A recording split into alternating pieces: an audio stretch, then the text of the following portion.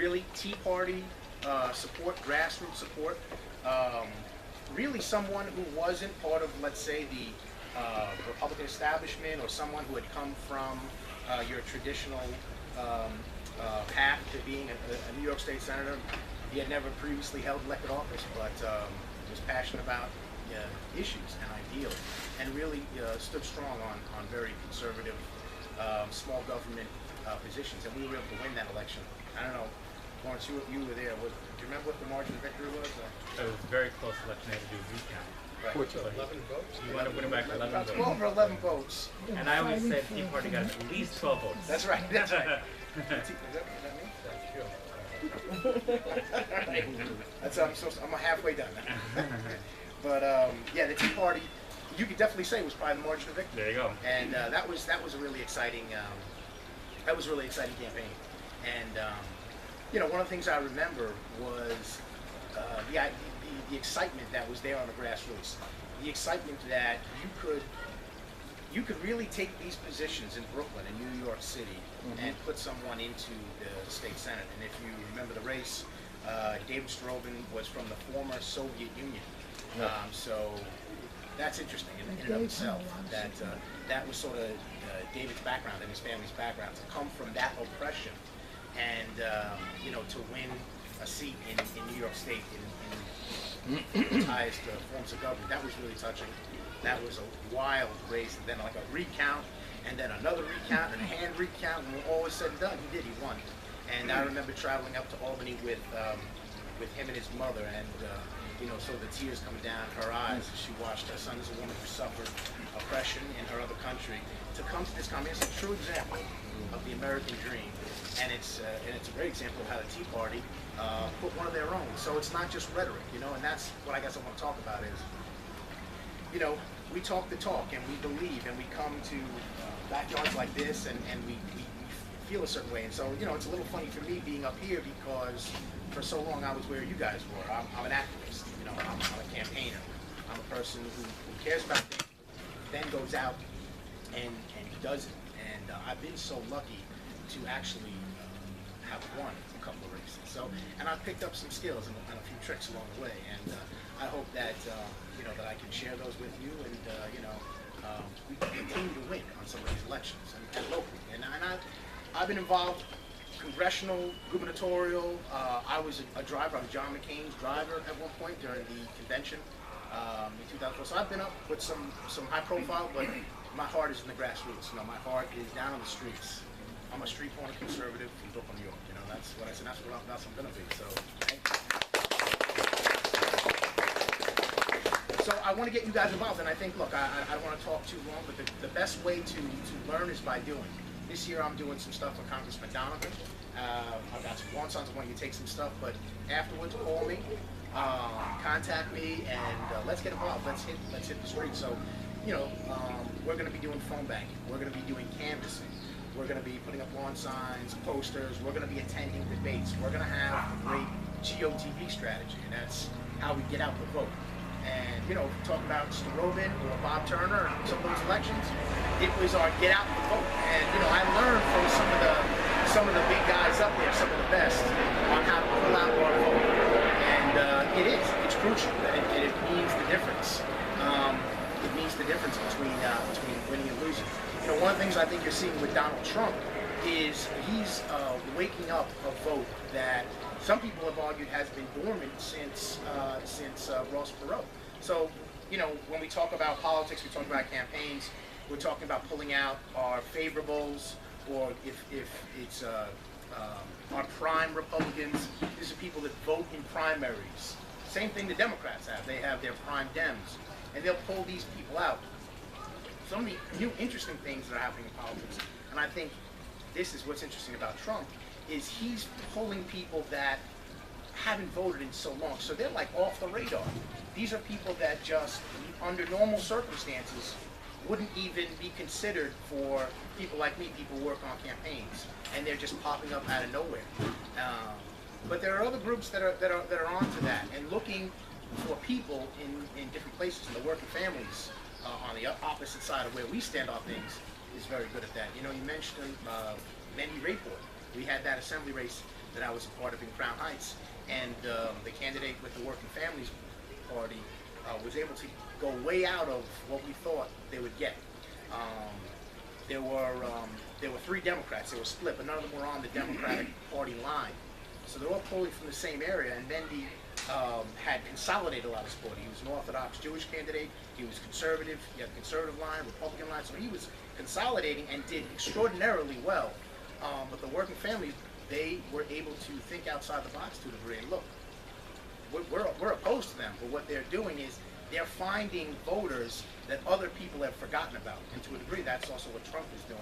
And I think that's what we're going to have to do. Just tell me to wrap it up. But so that's what I just think. And I'd love to talk to you. I could go on all day about some of this campaign tactic stuff. But I just want to say some of the things I guess that are motivating me recently, and have really motivated me. Just another thought about me. If you don't know my father, I said he was an alcoholic, I say I struggled with drinking too, and I haven't been drinking for a long time. And, I say that just to let you know that it's a struggle. It's a struggle in my family, and some people in my family have didn't find the hope that maybe AA or some of these other groups offer, and like my father. And my father never really got the help, and he died homeless. And actually, I found my father as a homeless veteran, and I don't want to give you too much of a sad story. But it did motivate. It motivated me to clean up my own act as a person, as a dad, as a human, as an activist, and pay back. Because so many of the people in my community really did help my father, and I made a promise to myself that I wasn't going to let other homeless veterans live that way. But it's a hard battle. And dealing with drinking is a good analogy. Is like dealing with some of these issues that we have in the city. It's not going to go away easy. It's constant vigilance. It's one day at a time, as they say. And that's sort of the approach I've taken to some of the issues we're facing in the city. And some of the problems that come through our door, Congressman Donovan's office, and the way we approach it, the way we help people. And it really is. It's grassroots.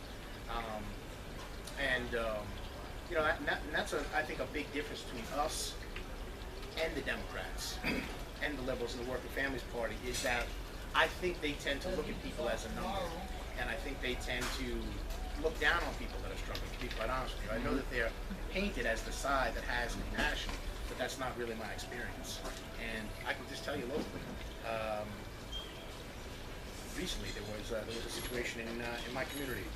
2 women were homeless, and everyone was alerted about it. All sides, the Democrats, the Republicans, and I'll take credit for it. We came, and we immediately came to the scene, and I talked to these women like human beings.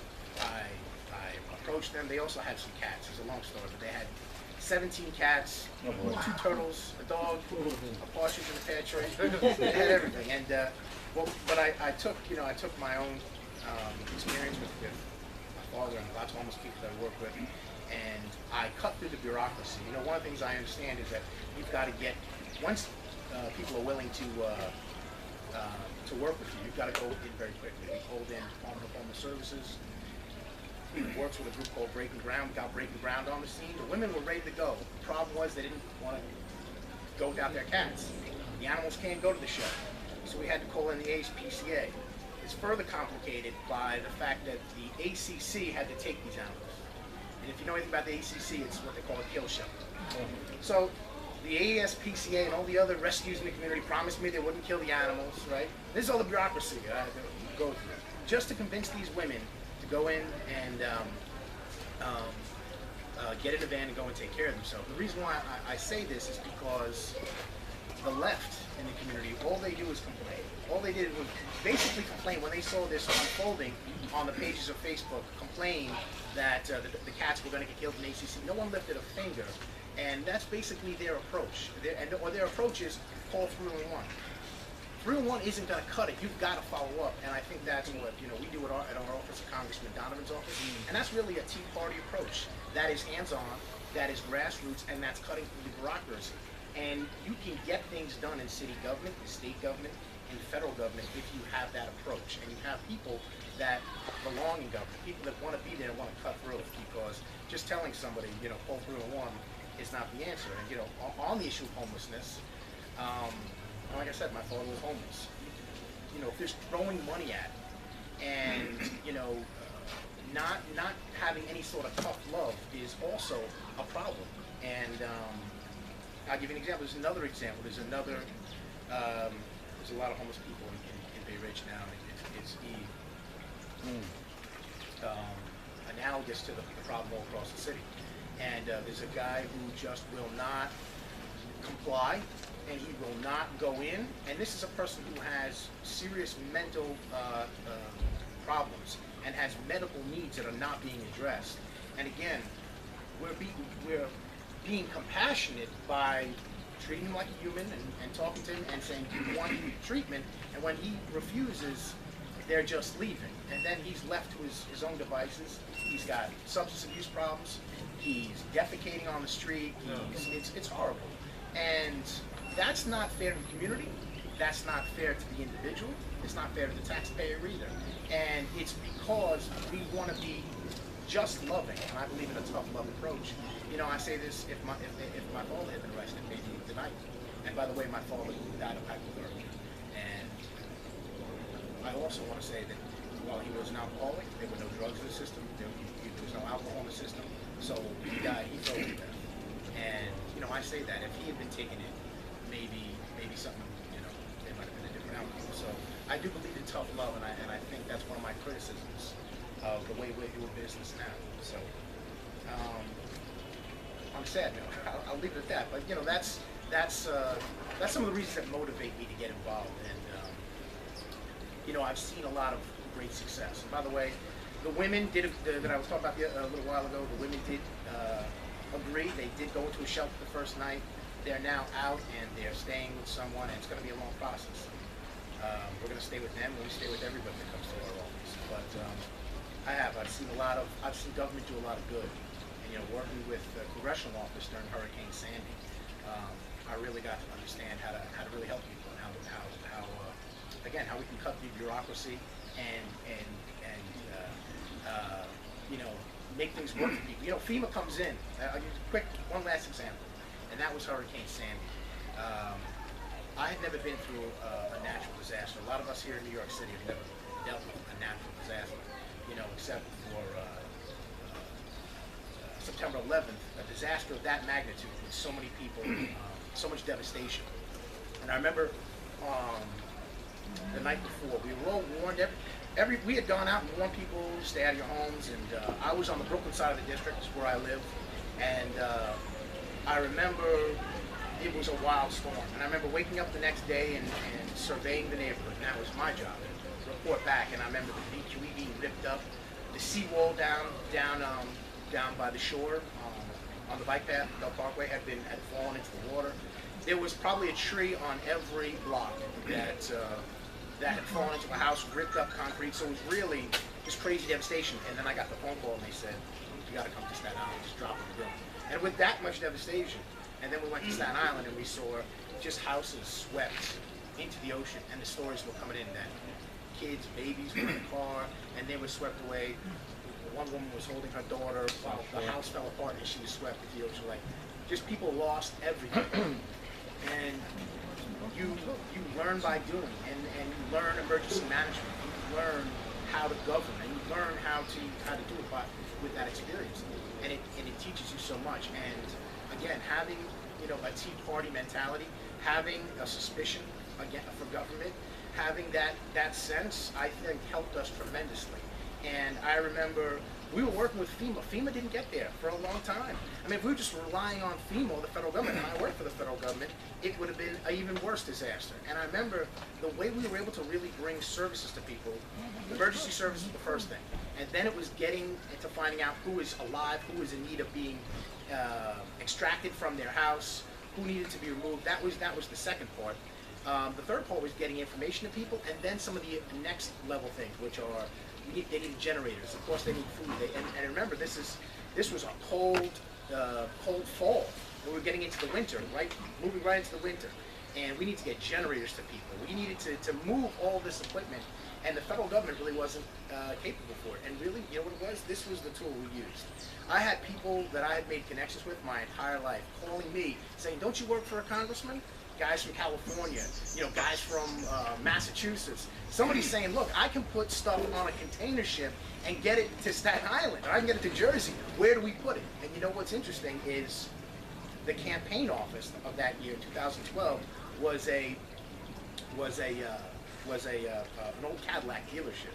And I remember behind the dealership, it was an abandoned dealership, was this sort of abandoned warehouse area where they stored parts and fixed cars, and it hadn't been used in years. And we said, let's use it. You know, let's use this, and we became sort of this intermediary with all of these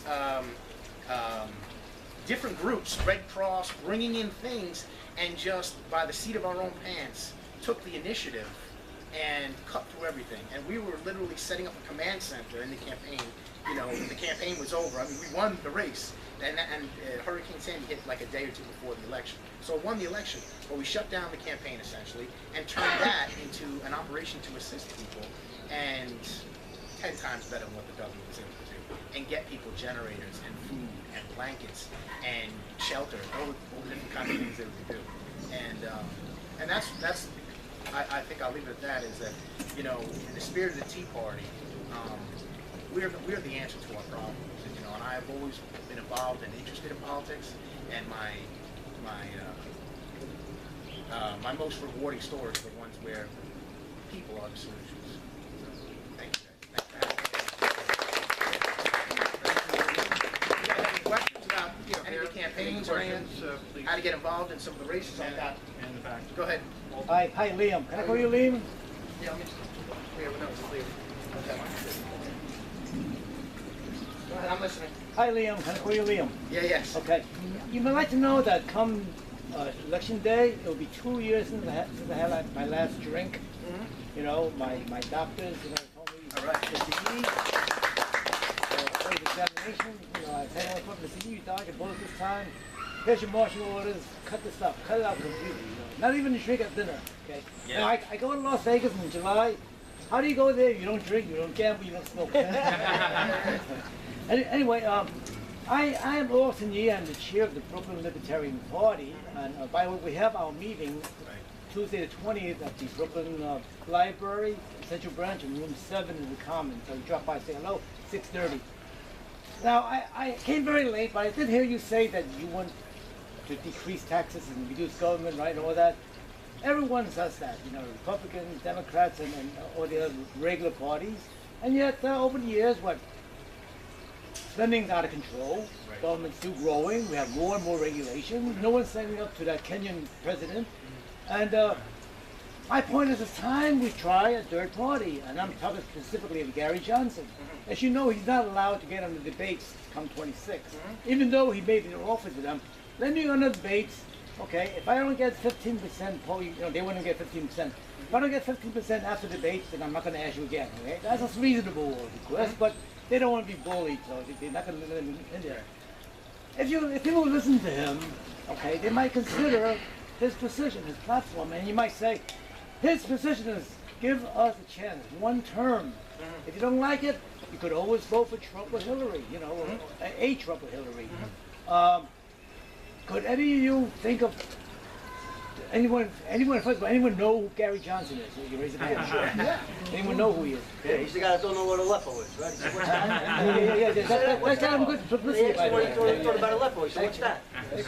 But then you see, regardless, even if he doesn't know Aleppo, why is the U.S. involved in all this intrigue and foreign policy?